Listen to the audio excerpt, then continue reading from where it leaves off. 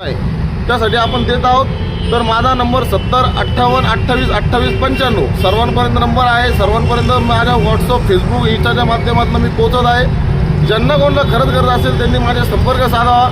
आतापर्यंत माझ्याकडे कमीत कमी 150 महिलांनी संपर्क साधलेला आहे आणि त्यापेक्षाही अधिक जास्त मोठ्या प्रमाणात आपण जास्त शिलाई मशीन वाटप करून या इथे माझ्या बहिणीचं कुठेतरी सक्षमीकरण व्हायला पाहिजे, एक प्रगती व्हायला पाहिजे या माध्यमातून आपण कार्यक्रम घेत आहोत।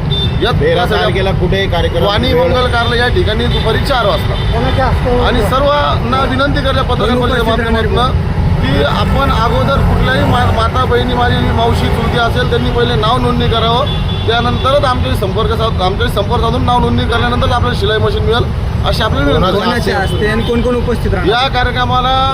आमच्या सर्वात महत्त्वाचे आदरणीय या जिल्ह्याचे खासदार, लोकप्रिय खासदार आदरणीय संदीपान पाटील घुमरे साहेब, त्याच अनुषंगाने लोकनेते विकास महर्षी आमचे विलास बापू घुमरे साहेब आणि सर्वात महत्त्वाचा विषय म्हणजे या कार्यक्रमाला आमच्या पैठण तालुका खरेदी विक्री संघाच्या अध्यक्षा आदरणीय आमच्या बहिणी वर्षाताई घुमरे या सुद्धा या कार्यक्रमात उपस्थित राहणार आहेत। जनतेला काय संदेश देणार?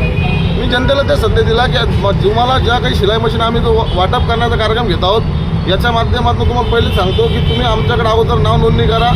आमचे शुभम त्रिभुवन असतील, बंटी गायकवाड असतील, सूरज कांबळे असतील, विविधांच्या माध्यमातून मीनाक्षीताई असतील किंवा माझी मिसेस सपना जयकिशन कांबळे असतील, यांचे संपर्क आपल्याला सर्व व्हॉट्सअप फेसबुकला टाकला आहे। त्या अनुषंगाने संपर्क साधून नाव नोंदणी केल्यानंतर आपण शिलाई मशीनचं वाटप करणार आहोत। आपण यावर्षी कमीत कमी नाही म्हटलं तर 300 महिलांना तरी शिलाई मशीनचं वाटप करणार आहोत।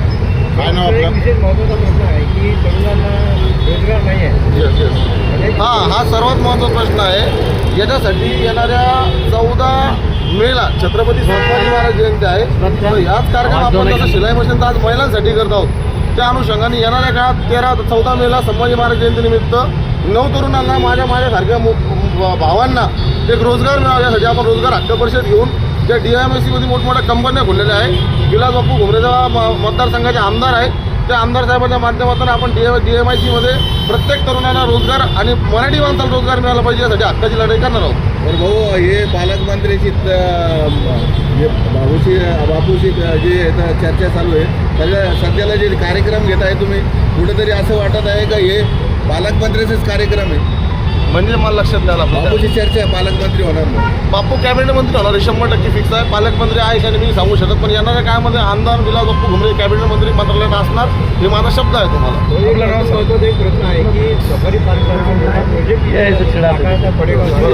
तिथे जवळपास 1000 तरुणांना रोजगार मिळण्याची संधी आहे, त्यामध्ये आपण ते तरुणांना